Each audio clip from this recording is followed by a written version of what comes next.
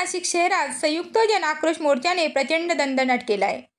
अंधारातून उजेडाकडे हा संदेश देत शासनाला जाग आणण्यासाठी हजारो कार्यकर्त्यांनी रस्त्यावर उतरत घोषणाबाजी केली।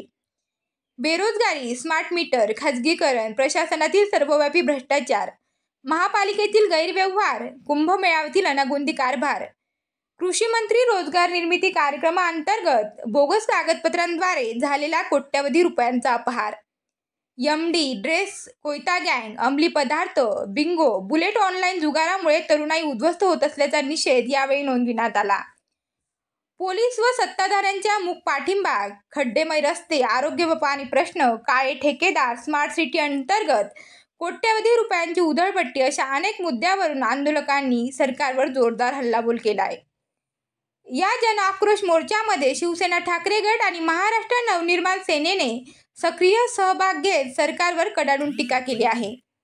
याबाबत नाशिक जिल्हा सहकार सेनेचे अध्यक्षा तथा महाराष्ट्र नवनिर्माण सेनेच्या शहर महिला अध्यक्षा स्वागत उपासने यांनी अधिक माहिती दिली आहे। आपली जी गोदामाई आहे, आपली जी दक्षिण नदी आहे, तिची परिस्थिती इतकी विकट करून टाकलेली आहे। सरासर अंबडचं जे काही पाणी आहे, केमिकल युक्त पाणी, ते आपल्या गंगेमध्ये सोडलं जातं। पाणवेली इतकी दूषित गंगा नदी झालेली आहे। आजच्या परिस्थितीला जिथे आज 2026 मध्ये आपल्याकडे सगळ्यात मोठा कार्यक्रम म्हणजे आपला कुंभमेळा आपल्या नाशिकमध्ये होणार आहे। नाशिक ही पुण्य पावन धरती, जिथे आपला आज कुंभमेळा 13 वर्षानंतर होणार आहे। आपण म्हणतो की स्मार्ट सिटी आहे, काय स्मार्ट सिटी राहिलेली आहे। आणि याच गोष्टींसाठी आम्हाला हा आवाज उठवणं गरजेचं वाटला, सर्वसामान्यांचा आवाज बनणं गरजेचं वाटलं।